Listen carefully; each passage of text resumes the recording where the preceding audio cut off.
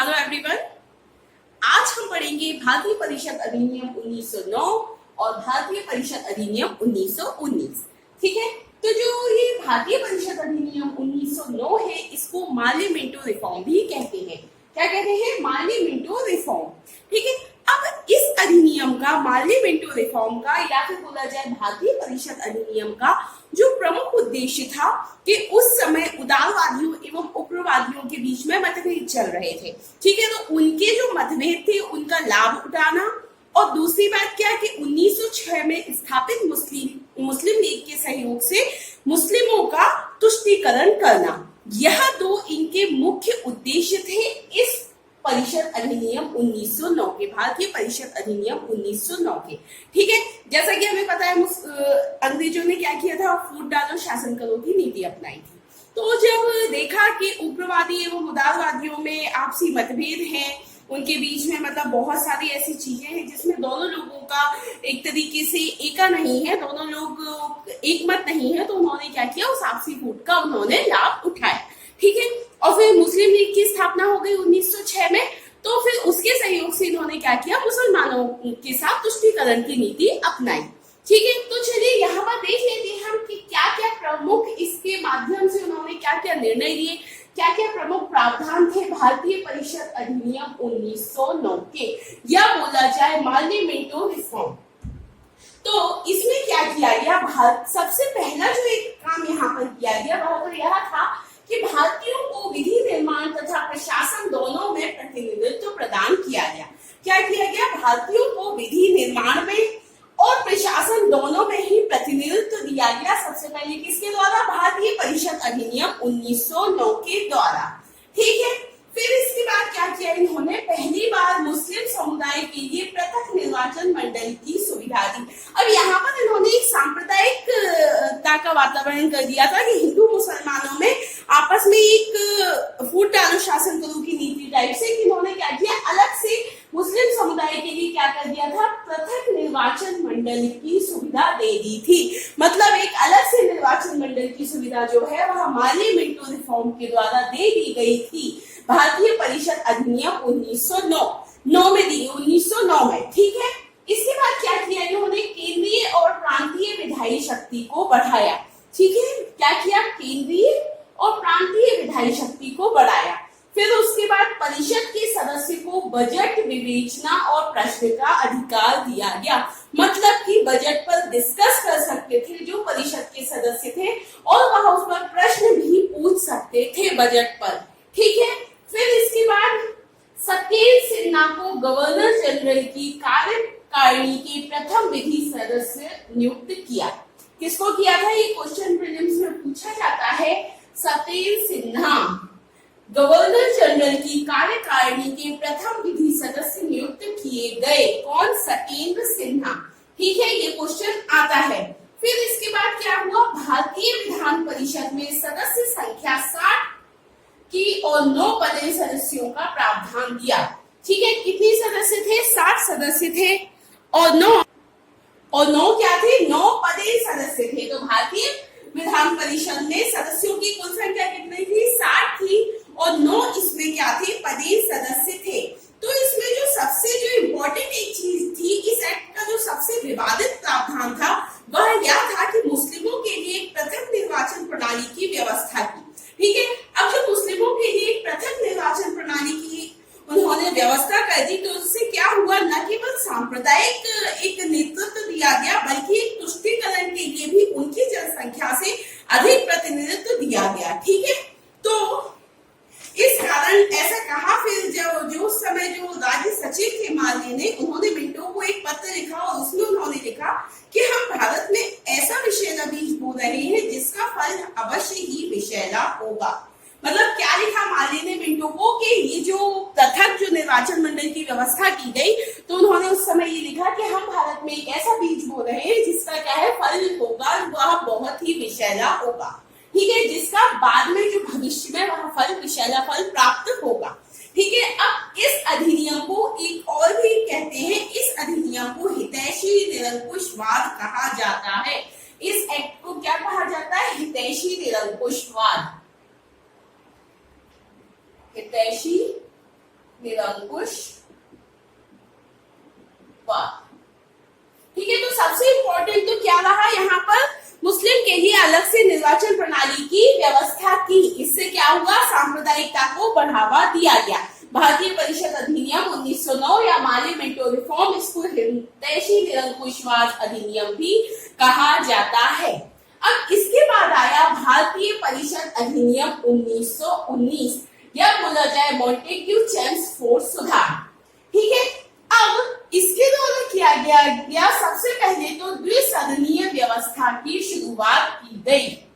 क्या किया, द्विसदनीय व्यवस्था। ठीक है, द्विसदनीय व्यवस्था की शुरुआत किस अधिनियम द्वारा की गई, भारतीय परिषद अधिनियम 1919। ठीक है, जैसे आज हम देखते हैं दो सदन है, तो द्विसदनीय व्यवस्था की शुरुआत हुई। केंद्रीय विधान परिषद का स्थान राज्य परिषद, जो कि क्या थी, उच्च सदन थी। ठीक है, केंद्रीय विधान परिषद का स्थान किसने लिया, राज्य परिषद ने लिया, जो कि उच्च सदन थी। और केंद्रीय विधान सभा का स्थान निम्न सदन, द्विसदनीय विधानमंडल ने ले लिया। तो केंद्रीय विधान परिषद का स्थान तो ले लिया राज्य परिषद ने, और केंद्रीय विधानसभा का स्थान ले लिया द्विसदनीय विधानमंडल ने। तो उच्च सदन क्या हुआ, राज्य परिषद, निम्न सदन क्या हुआ, केंद्रीय विधानसभा थी, जो कि क्या बन गई, द्विसदनीय विधानमंडल बन गई। वह क्या था, वह था निम्न सदन। इसके बाद जो सदस्यों में क्या क्या अंतर हुआ वो हम देख लेते हैं कि राज्य परिषद में तो 60 सदस्य थे। ठीक है, राज्य परिषद में कितनी थी सदस्यों की संख्या, 60 थी। ठीक है, इसमें क्या उन्होंने प्रावधान डाली कि निर्वाचित होंगे 34। ठीक है, कितने होंगे निर्वाचित, 34, और इनका कार्यकाल कितने वर्ष का होगा, 5 वर्ष का होगा। तो राज्य परिषद में कुल सदस्य संख्या 60 और उनमें से 34 निर्वाचित होंगे, और इसका कार्यकाल कितने वर्ष का होगा, 5 वर्ष का होगा। ठीक है, अब बात करें केंद्रीय विधानसभा में। केंद्रीय विधानसभा जो कि निम्न सदन थी, उसमें क्या हुआ, उसमें हुआ सदस्य हो गए 145। ठीक है, कितने सदस्य हैं, 145। निर्वाचित हो रहे हैं 104, मनोनीत हो रहे हैं 41। 145 टोटल सदस्य हैं, उनमें से निर्वाचित हो रहे हैं 104, मनोनीत हो रहे हैं 41, और इसका कार्यकाल है 3 वर्ष का। तो राज्य परिषद का कार्यकाल तो है 5 वर्ष का, और केंद्रीय विधानसभा का कार्यकाल है 3 वर्ष का। ठीक है, अब इसके बाद क्या है कि किस बेस पर अब क्या होता था, सदस्य चुनाव सीमांकन निर्वाचन क्षेत्रों द्वारा प्रत्यक्ष रूप से होता था। कैसे होता था, निर्वाचन क्षेत्रों द्वारा होता था और प्रत्यक्ष रूप से होता था। अब इसके लिए योग्यताएं क्या क्या थी। ठीक है, कुछ इन्होंने योग्यताएं बता दी थी, तो उसमें क्या क्या योग्यता थी कि सांप्रदायिक समूह, निवास और संपत्ति पर आधारित योग्यता थी। क्या क्या, सांप्रदायिक समूह, निवास और संपत्ति पर आधारित योग्यताएं, मतलब ये मतलब अर्हताएं थी निर्वाचन के लिए। क्या क्या, सांप्रदायिक समूह, निवास और संपत्ति पर आधारित। ठीक है, अब इसके बाद जैसा कि बताया द्वैध शासन, तो द्वैध शासन कितनों में था, 8 प्रमुख प्रांतों, मतलब जिन्हें गवर्नर का प्रांत कहा जाता था, उनमें क्या था, द्वैध शासन लगाया गया था। ठीक है, जिनको गवर्नर का प्रांत कहा जाता था, 8 प्रमुख प्रांत थे, उनमें क्या था, द्वैध शासन लगाया गया था और उनको गवर्नर का प्रांत कहा जाता था। ठीक है, इसके बाद प्रांतीय विषय को भी 2 भागों में बांटा गया। कितने भागों में बांट दिया गया, प्रांतीय विषयों को 2 भागों में बांट दिया गया। देखो, एक तो आरक्षित और दूसरे हस्तांतरित। 2 भागों में बांटा गया प्रांतीय विषयों को, किन किन में, एक तो आरक्षित में और दूसरा किसमें, हस्तांतरित में। अब ये जो आरक्षित विषय थे, इन आरक्षित विषयों का प्रशासन गवर्नर अपने कार्यकारी परिषद द्वारा करता था। ठीक है, और हस्तांतरित विषयों का प्रशासन निर्वाचित सदस्यों द्वारा होता था।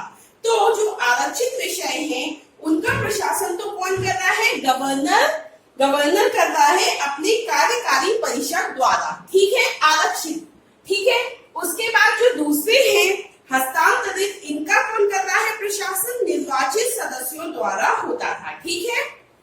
ये हैं आरक्षित और हस्तांतरित। अब इसके बाद देख लेते हैं आरक्षित में क्या क्या आ रहा है। आरक्षित में आ रहा है भू राजस्व, वित्त, कानून व्यवस्था, सिंचाई, खनिज संसाधन, न्याय, पुलिस प्रशासन, उद्योग। कौन कौन से विषय थे आरक्षित में?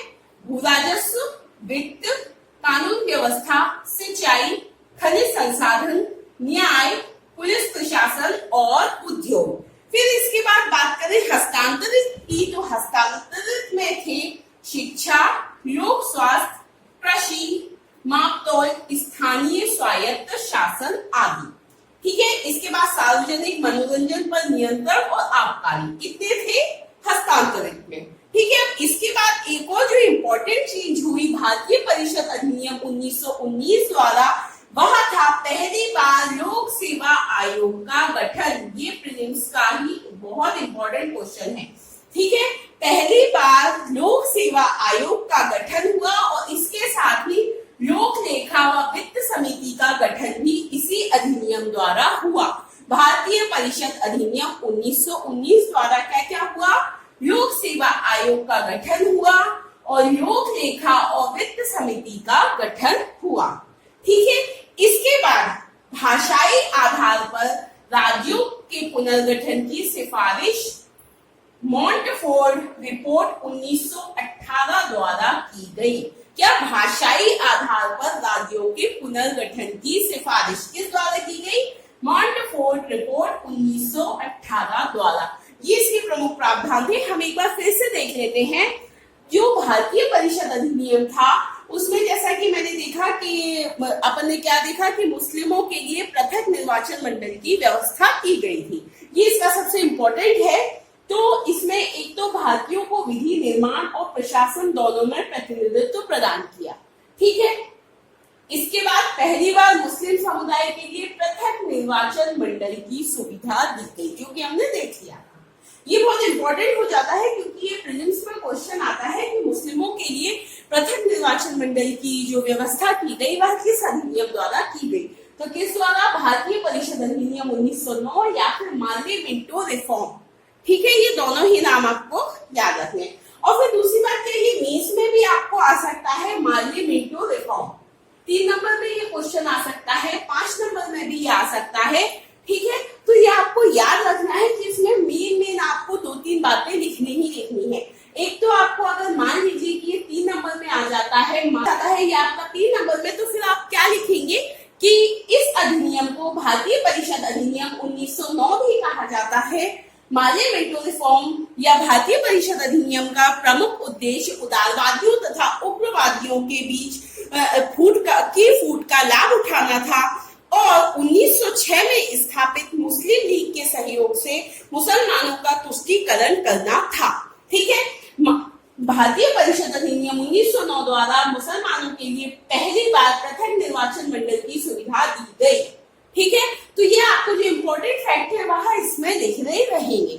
ठीक है, तो ये आपने देख लिया। इसके बाद इसमें जो एक और इम्पोर्टेंट चीज हो जाती है वह है कि परिषद के सदस्यों को बजट विवेचना और प्रश्न करने का अधिकार प्राप्त हुआ। फिर सत्येंद्र सिन्हा को क्या बनाया गया? गवर्नर जनरल की कार्यकारिणी के प्रथम विधि सदस्य नियुक्त किया गया। और उसके बाद भारतीय विधान परिषद में सदस्य संख्या 60 की और 9 पदेन सदस्यों का प्रावधान किया गया। अब देख लेते हैं हम भारतीय परिषद अधिनियम 1919 या फिर मॉन्टेग्यू चेम्सफोर्ड सुधार। इसको भी एक बार रिवाइज कर लेते हैं कि द्विसदनीय व्यवस्था की शुरुआत की गई। केंद्रीय विधान परिषद का स्थान लिया राज्य परिषद ने, जिसको कि उच्च सदन है, और केंद्रीय विधानसभा का स्थान ले लिया द्विसदनीय विधानमंडल ने, जो कि क्या है? निम्न सदन है। फिर राज्य परिषद में टोटल सदस्य है 60, 34 निर्वाचित होंगे और इनका कार्यकाल होगा 5 वर्ष का। फिर केंद्रीय विधानसभा में बात की जाए सदस्यों की तो 145, निर्वाचित 104 और मनोनीत 41। कार्यकाल कितने साल का? 3 वर्ष का रहेगा। फिर सदस्य चुनाव का सीमांकन निर्वाचन क्षेत्रों द्वारा प्रत्यक्ष रूप से किया जाएगा। फिर निर्वाचन की कुछ प्रमुख अर्हताएं भी हैं, जैसे कि सांप्रदायिक समूह, निवास संपत्ति पर आधारित थी हत्याएं। फिर द्वैध शासन किन किन में लगाया गया? 8 प्रमुख प्रांत थे जिनको की गवर्नर का प्रांत कहा जाता था, उनमें क्या लगा? द्वैध शासन। फिर उसके बाद प्रांतीय विषयों को 2 भागों में बांटा गया, आरक्षित और हस्तांतरित। आरक्षित देख लिए, हस्तांतरित देख लिए। इसके बाद जो इसमें इंपॉर्टेंट है वह है पहली बार लोक सेवा आयोग का गठन हुआ, लोक लेखा समिति का गठन और वित्त समिति का गठन। ये प्रीलिम्स में बहुत पूछा जाता है, ठीक है। फिर भाषाई आधार पर राज्यों के पुनर्गठन की सिफारिश मोंटफोर्ड रिपोर्ट 1918 द्वारा की गई। Okay, thank you.